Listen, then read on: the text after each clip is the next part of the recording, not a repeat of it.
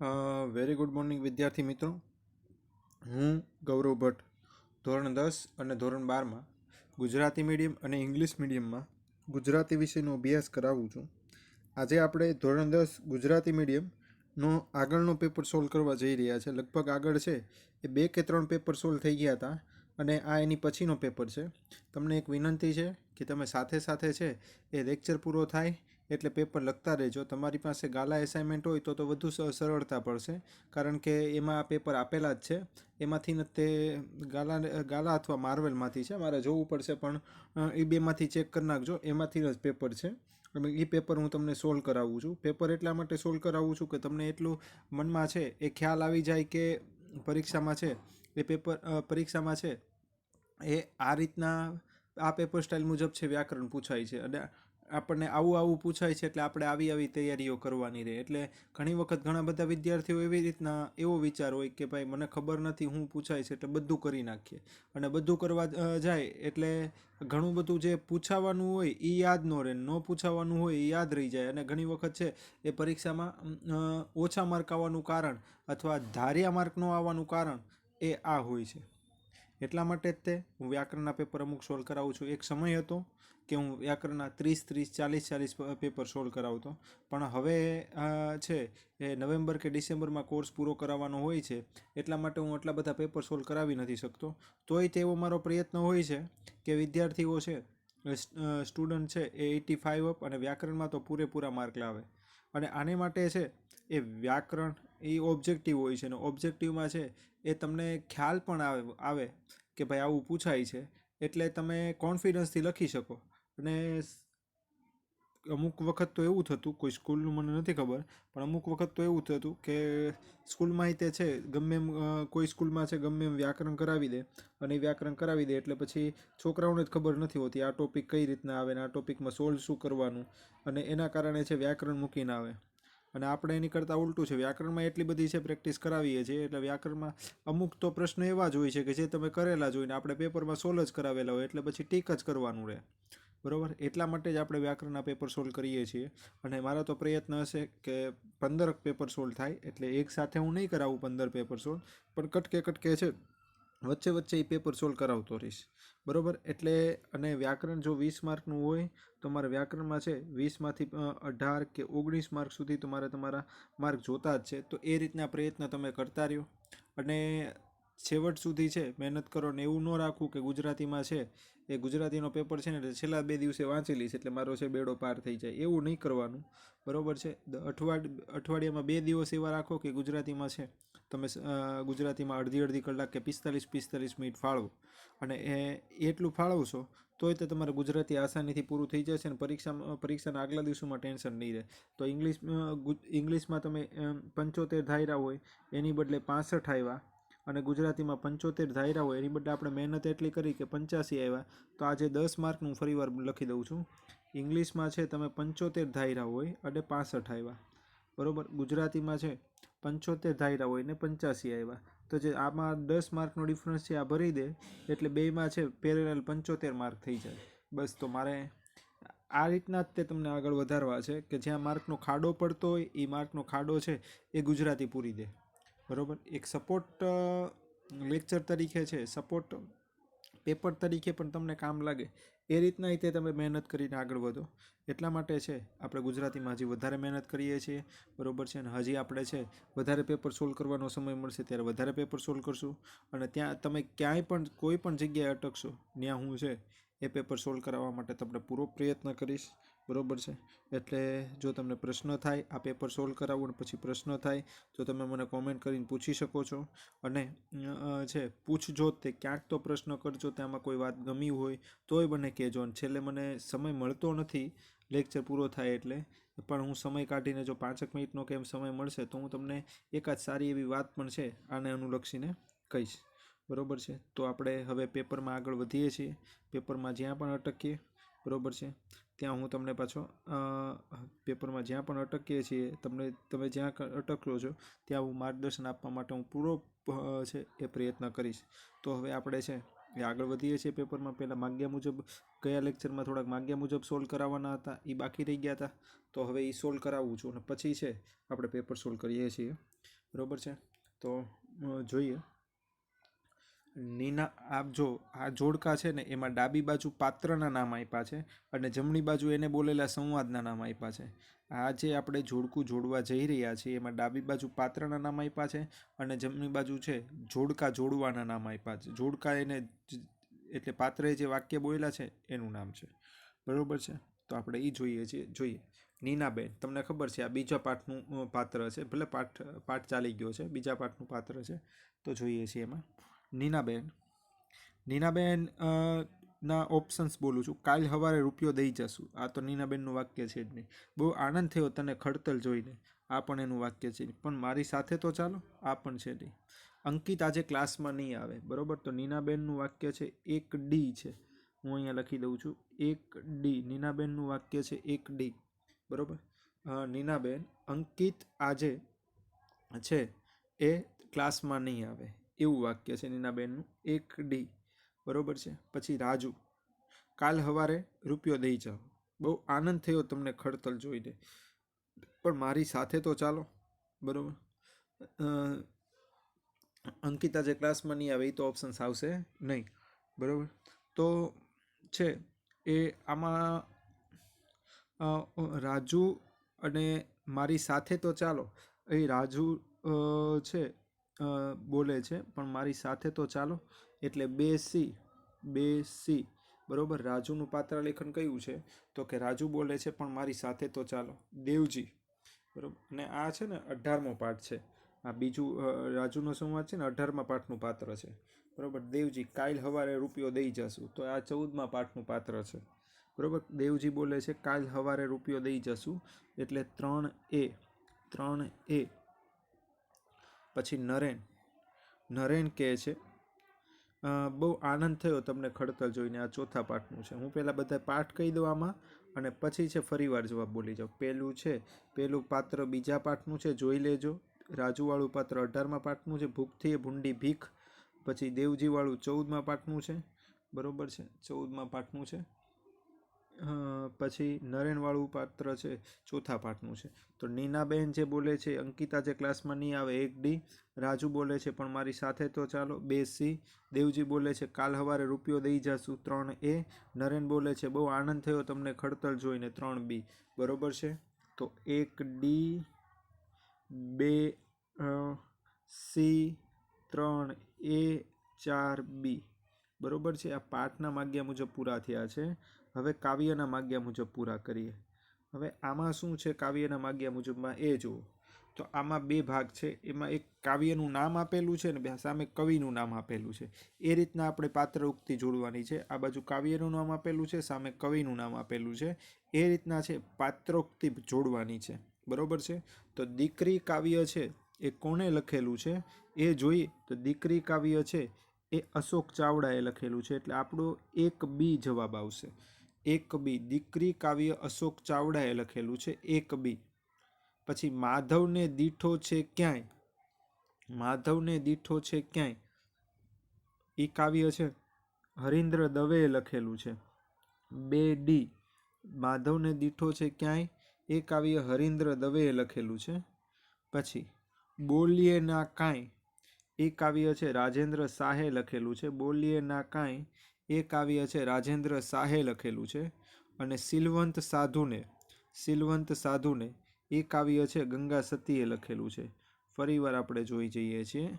દીકરી છે એ કાવ્ય અશોક ચાવડાએ લખેલું છે, મીન્સ કે 1B.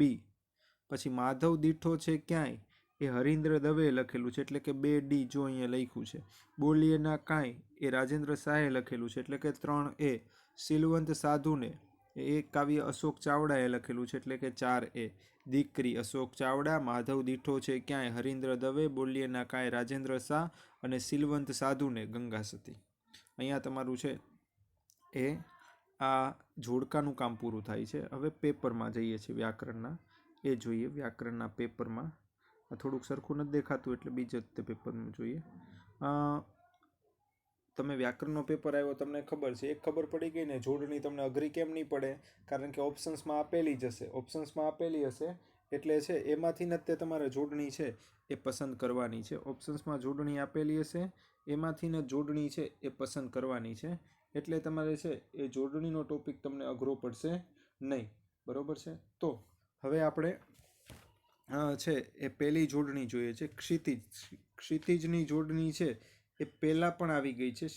ક્ષિતિજની જોડણી છે એ પહેલાં પણ આવી ગઈ છે. બરોબર છે. તો ક્ષિતિજમાં બંને હસવા આવશે. ફરી વાર કહી દઉં, આમ લખો ને એટલે હસવ કહેવાય, ને આમ લખો એટલે દીર્ઘ કહેવાય. બરોબર છે. આમ લખો એટલે હસવ ને આમ લખો એટલે દીર્ઘ કહેવાય. બરોબર છે. તો ક્ષિતિજની જોડણી છે એ બંને હસવા આવશે, એટલે કે એક બી આવશે. બરોબર છે. પછી ભૂમિકાની જોડણી. ભૂમિકાની જોડણી છે, આ બે ઓપ્શન સરખા છે. બરોબર, એટલે આપણે પહેલું વાળું ભૂમિકા લખી નાખો, ચાલશે.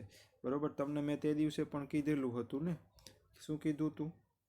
કે કોઈ અક્ષરની નીચે દાખલા તરીકે મ છે, હાતડાવાળું હોય તો હસ્વ કહેવાય, અને મ ઊંધા એકડા જેવું હોય, બરોબર, તો દીર્ઘ કહેવાય. બરોબર. પછી પૃથુ વત્તા ઈ, એની સંધિ છૂટી પાડવાની છે. પૃથુ વત્તા ઈ એટલે પૃથ્વી. પૃથુ વત્તા ઈ એટલે સંધિ જોડવાની છે, પૃથ્વી થાય. આ મોસ્ટ આઈએમપી તરીકે ટીક કરી નાખજો. પૃથુ વત્તા ઈ એટલે પૃથ્વી થશે. પૃથુ વત્તા ઈ એટલે પૃથ્વી. બરોબર છે. પછી સમદ્રષ્ટિ. સમદ્રષ્ટિ કયો સમાસ છે એ આપણે વિગ્રહ કરવાનો છે. એ વિગ્રહ કરીએ એ પહેલાં તમને એટલું કહી દઉં કે નોની નુના માથી વડે દ્વારા થી થકીને એ બધા શબ્દોથી વિગ્રહ થાય તો તત્પુરુષ સમાસ, અને કેથી વિગ્રહ થાય તો દ્વંદ્વ સમાસ. પછી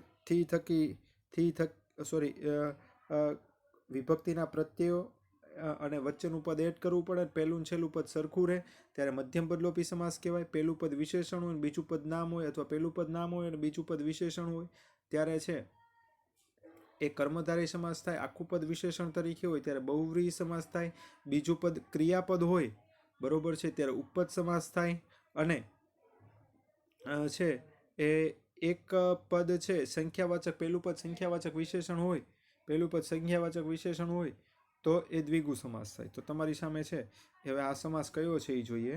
તો સમદ્રષ્ટિ, પેલા એનો વિગ્રહ કરી નાખીએ. સમાન એવી દ્રષ્ટિ. સમદ્રષ્ટિ એટલે સમાન એવી દ્રષ્ટિ. અહીંયા દ્રષ્ટિ નામ છે. દ્રષ્ટિ કેવી, કેવીથી પ્રશ્ન કરો એટલે વિશેષણ મળે.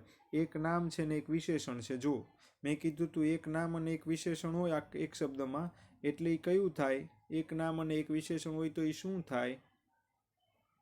તો એ શું થશે? એક નામ અને એક વિશેષણ હોય તો કર્મધારય સમાસ થાય. આખું પદ વિશેષણ હોય તો શું થાય? તો કે બહુવ્રીહી સમાસ થાય. બરોબર છે.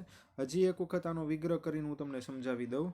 કર્મધારય સમાસ કોને કહેવાય? પહેલું પદ નામ હોય તો બીજું પદ વિશેષણ હોય, અને પહેલું પદ વિશેષણ હોય તો બીજું પદ નામ હોય. આ રીતના છે એ કર્મધારય સમાસ આવે. બરોબર છે.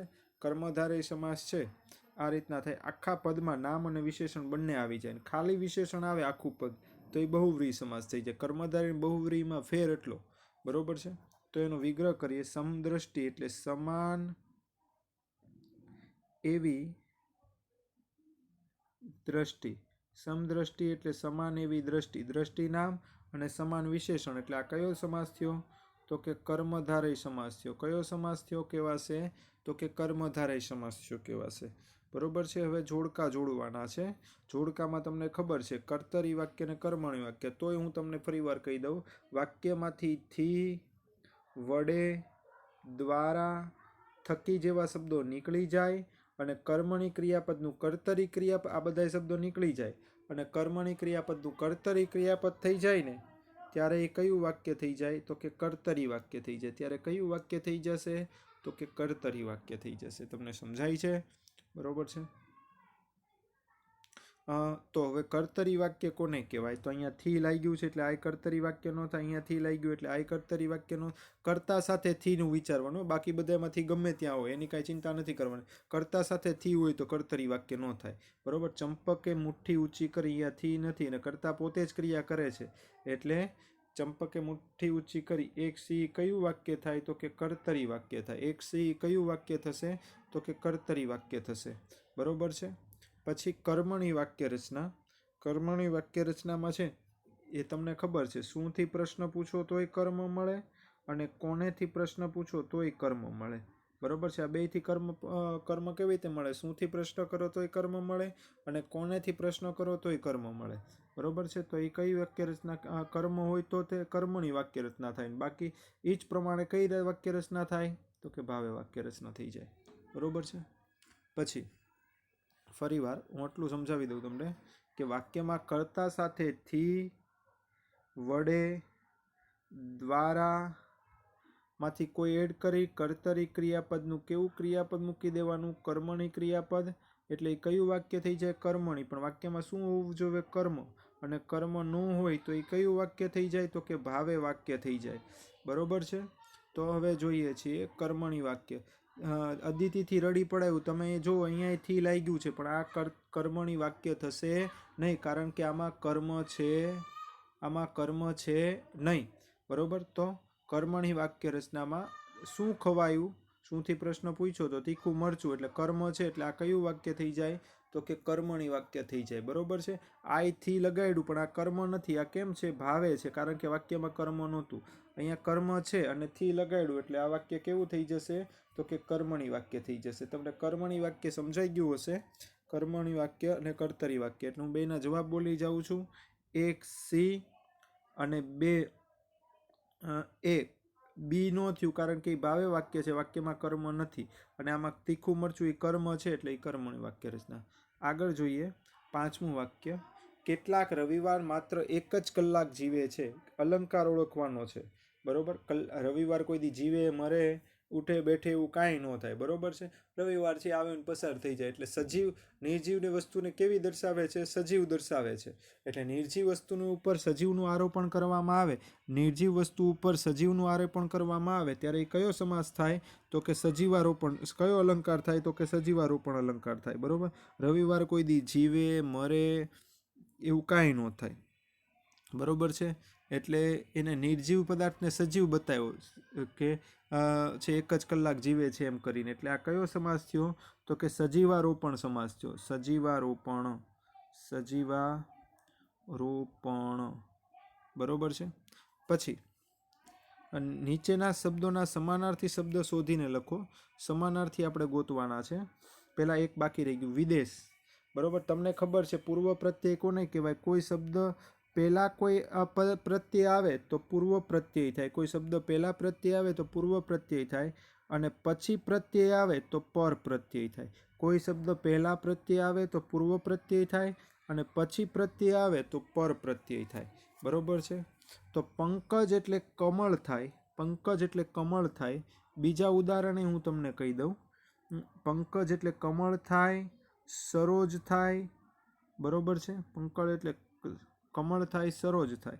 જનક એટલે તમને ખબર, પિતા થાય. રજ એટલે રેતી પણ થાય. આદિત્ય એટલે ભાસ્કર થાય. સૂર્ય પણ થાય, સૂરજ પણ થાય. સૂરજ પણ થાય, સૂર્ય પણ થાય, ભાસ્કર પણ થાય.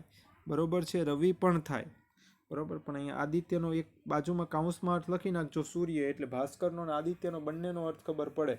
આદિત્યનો કાઉન્સમાં ભાસ્કર અર્થ લખ્યું છે ને, ત્યાં ગમે ત્યાં લખી નાખજો સૂર્ય. આદિત્યનો સમાનાર્થી ભાસ્કર છે, બંનેનો સમાનાર્થી સૂર્ય પણ થાય. આટલું સમજાણું હશે તમને. પછી છે એ સાચો વિકલ્પ પસંદ કરીને તમારે લખવાનો છે સંજ્ઞાનો. તમને ખબર છે કે ભાઈ નદી એ જાતિવાચક સંજ્ઞા થયું, પણ ગંગા, નદીને નામ આપી દઉં ગંગા, તો એ વ્યક્તિવાચક સંજ્ઞા થયું. બરોબર છે. પછી છે એ પર્વત છે એ જાતિવાચક થયું, પણ હિમાલય કહું તો વ્યક્તિવાચક થઈ જાય. બરોબર છે. પછી ભાવ એટલે પ્રેમ હોય, ક્રોધ હોય, નફરત હોય, ગુસ્સો હોય, લાગણી હોય, લાલચ હોય, લોભ હોય. બરોબર. આ બધી ભાવવાચક સંજ્ઞા થઈ. સૈન્ય છે, ટોળું છે, વર્ગ છે, બરોબર, કુટુંબ છે, આ બધી સમૂહવાચક સંજ્ઞા થઈ ગઈ. પછી છે પાણી છે, તેલ છે, દૂધ છે, ઘઉં છે, ખાંડ છે, આ બધી છે દ્રવ્યવાચક કે જથ્થાવાચક સંજ્ઞા થઈ. તો અહીંયા શહેર કયું શહેરનું નામ નથી આપ્યું. જો અમદાવાદ કીધું હોત તો વ્યક્તિવાચક થાત, કારણ કે શહેરનું નામ આપી દીધું. ભાવનગર કીધું હોત તો વ્યક્તિવાચક થાત, કારણ કે શહેરનું નામ આપી દીધું. પણ અહીંયા ખાલી શહેર કીધું છે એટલે કઈ સંજ્ઞા થઈ ગઈ છે? જાતિવાચક સંજ્ઞા થઈ ગઈ. સમજાણું? જાતા જાતા સમજાઈ ગયું તમને? કઈ સંજ્ઞા થઈ ગઈ છે? તો કે જાતિવાચક સંજ્ઞા થઈ છે. બરોબર છે. તો હું ફરીવાર તમને કહી દઉં છું એક વખત. જો આખી બધાના ઉદાહરણ હું રાજ્ય કહું ને તો વ્યક્તિવાચક સંજ્ઞા થયું, સોરી જાતિવાચક.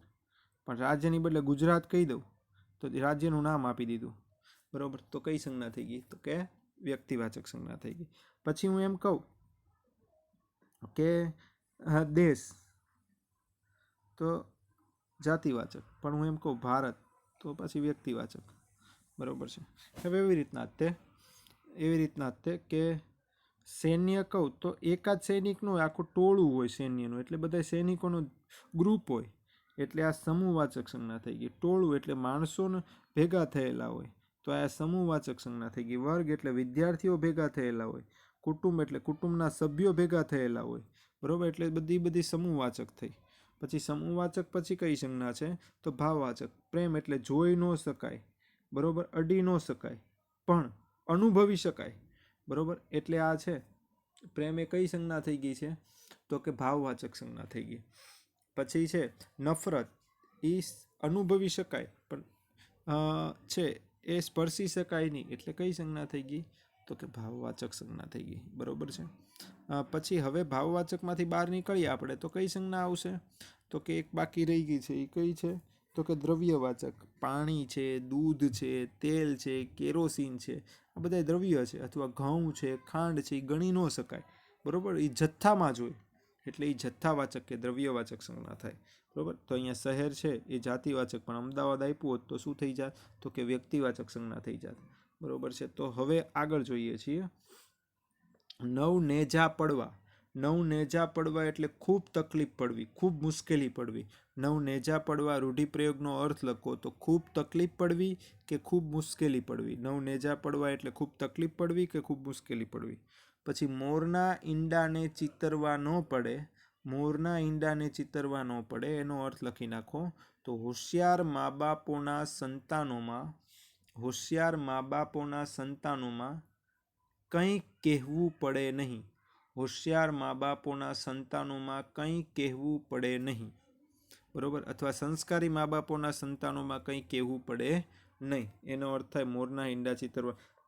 આમાં રૂઢિપ્રયોગનો અર્થ આપવાનો, આમાં કહેવતનો અર્થ સમજાવવાનો.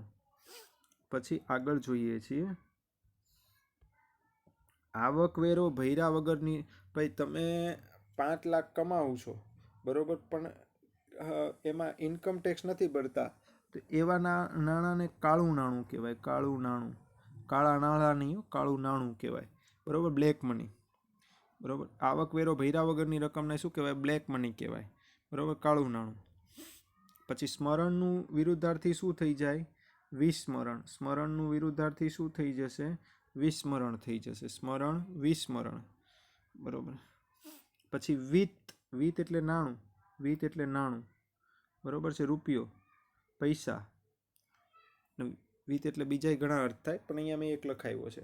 પછી વિત્ત દીર્ઘ થઈ જાય, બરોબર, તો વીતેલું. વિત્ત દીર્ઘ થઈ જાય તો વીતેલું, પસાર થયેલું, ભૂતકાળ. વિત્ત એટલે વીતેલું, પસાર થયેલું, ભૂતકાળ. બરોબર છે. ફરી વાર બોલું છું. વિત્ત. વિત્ત છે હસ્વ, એટલે કે આવી નિશાની હોય શબ્દની આગળ, આમ નિશાની હોય એટલે હસ્વ નિશાની કહેવાય, તો નાણું. એના બીજા અર્થ છે. વિત્ત શબ્દની આમ નિશાની છે, બરોબર, તો પસાર થયેલું, વીતેલું. બરોબર છે. પછી સડપ. સડપ એટલે ઝડપ. સડપ એટલે ઝડપ, ઉતાવળ. સડપ એટલે ઝડપ, ઉતાવળ. પછી પત્ની થોડા ડગલા ચાલી. થોડા, બરોબર, ચોક્કસ નથી કીધું. થોડા, વધારે, પુષ્કળ, અત્યંત, ખૂબ, આ બધા છે જથ્થો દર્શાવે, પરિમાણ દર્શાવે, માપ દર્શાવે, એટલે આને માત્રા સૂચક વિશેષણ પણ કહેવાય. બરોબર છે. પછી જથ્થાવાચક વિશેષણ પણ કહેવાય કે પરિમાણ. પરિમાણ એટલે માપ જ થાય, પરિણામ નહીં. આ પરિણામ કહેવાય. આ પરિણામ છે, બરોબર. આ પરિમાણ છે, પરિમાણ. બરોબર, એટલે માપ. તો આપણે આ પરિમાણવાચક આ આવશે, બરોબર. એટલે માત્રા સૂચક એ કહેવાય, એટલે જથ્થાવાચક એ કહેવાય. પછી એટલે તમને ખબર છે વિશેષણ એટલે શું? તો કે નામના અર્થમાં વધારો કરવામાં આવે એને વિશેષણ કહેવાય. નામના અર્થમાં વધારો કરવામાં આવે તેને નામના અર્થમાં વધારો જે કરે ને એને વિશેષણ કહેવાય. મોટે ભાગે કેવો પ્રશ્ન કે કેટલાથી પ્રશ્ન કરો, કેવો કે કેટલાથી પ્રશ્ન કરો, બરોબર, તો એ વિશેષણ તરીકે આવે. પછી પૈયાની જોગવાઈ તો હમણાં નહીં થવાની. ક્રિયાપદના અર્થમાં વધારો કરે એને ક્રિયા વિશેષણ કહેવાય. ક્રિયાપદના અર્થમાં વધારો કરે એને ક્રિયા વિશેષણ કહેવાય. થવાની પણ ક્યારે? તો કે હમણાં. હમણાં એ સમય દર્શાવે છે. હમણાં થવાની ક્રિયાપદ છે, હમણાં એ સમય દર્શાવે છે, એટલે સમયવાચક ક્રિયા વિશેષણ થયું. કયું ક્રિયા વિશેષણ થયું? તો કે સમયવાચક ક્રિયા વિશેષણ થયું. પછી છે એ આપણે ધ્વનિ છૂટા પાડવાની. યાદ રાખજો, ક્ષ હોય ને, ક્ષ એટલે ક્ષત્રિયોનો શ હોય ને, તો આટલું જ ખાલી હોય ને તો કઈ રીતના છૂટું પડે? ક, પછી ફાળિયો શ અને અ. ક્ષ હોય તો, અને ક્ષા હોય તો ક ફાળિયો શ અને આ થઈ જાય. ક્ષી હોય, બરોબર, તો ક શ અને ક શ અને ઈ, કારણ કે ક્ષી છે એટલે, બરોબર. એટલે એટલું યાદ રાખવાનું છે, ક્ષ હોય તો ક શ અને અ, અને ક્ષા હોય તો આ થઈ જાય, બરોબર છે. તો હવે આનું ક્ષમા યાચના. તો પેલા ક્ષનું ખાલી ક્ષ છે એટલે ક શ પછી અ, પછી એમાં આગળ લખવાનું છે યા છે એટલે ય. હું હજી તમને સમજાય ને એમ લખું છું. જો ક, મેં ખાલી શ નું છૂટું પડે, ક શ અને અ, ક ફાળિયો શ અને અ, પછી મ નું છૂટું પાડું, મ વત્તા આ, કારણ કે માં છે એટલે મ વત્તા આ, પછી યા છે એટલે ય વત્તા પણ શું આવશે? આ, પછી ચ વત્તા અ, પછી ના છે એટલે ન વત્તા આ, તો ક વત્તા સ ફાળિયો શ વત્તા અ. આ કેનું થયું? શનું. પછી મનું. ખાલી મ હોત તો મ વત્તા અ થાત, પણ માં છે એટલે મ વત્તા, નીચે આડો લીટો કર્યો ને કહેવાય ઓલું એ છે, નીચે જે આડો લીટો કર્યો છે ખોડો કહેવાય, બરોબર. મ વત્તા આ, બરોબર. પછી ય છે, યા છે, તો ય વત્તા આ, પણ ય હોત તો ય વત્તા અ આવત, બરોબર. પછી ચ છે તો ચ વત્તા અ, ન હોત તો ન વત્તા અ આવત, પણ ના છે એટલે ન વત્તા આ. ક શ અ મ આ ય આ ચ અ ન આ, બરોબર. ક શ અ મ આ ય આ ચ અ ન આ. જયશ્રી કવિતા ગાય છે, બરોબર છે. જયશ્રી કવિતા ગાય છે, પણ કવિતા ગાય તો પોતે ગાતી હોય, પણ બીજા પાસે ગવડાવે તો એ પ્રેરક વાક્ય રચના થઈ જાય. તો જયશ્રી કવિતા ગાય છે, તો જયશ્રી કવિતા ગવડાવે છે. જયશ્રી કવિતા ગાય છે તો જયશ્રી કવિતા ગવડાવે છે. અહીંયા તમારું કામ છે, આ છંદ છે તમારે બુકમાં લખી નાખવાના છે, જવાબની જગ્યા ખાલી રાખવાની છે. અહીંયા છે વધુ એક પેપર પૂરો થયો છે, બરોબર. તમને કાંઈ ન સમજાણું હોય તો પ્રશ્ન કરજો, અને છે એક પ્રશ્ન કોમેન્ટમાં પૂછી દીધો ટીચર દ્વારા છે મને પૂછાવી લેજો. Thank you very much.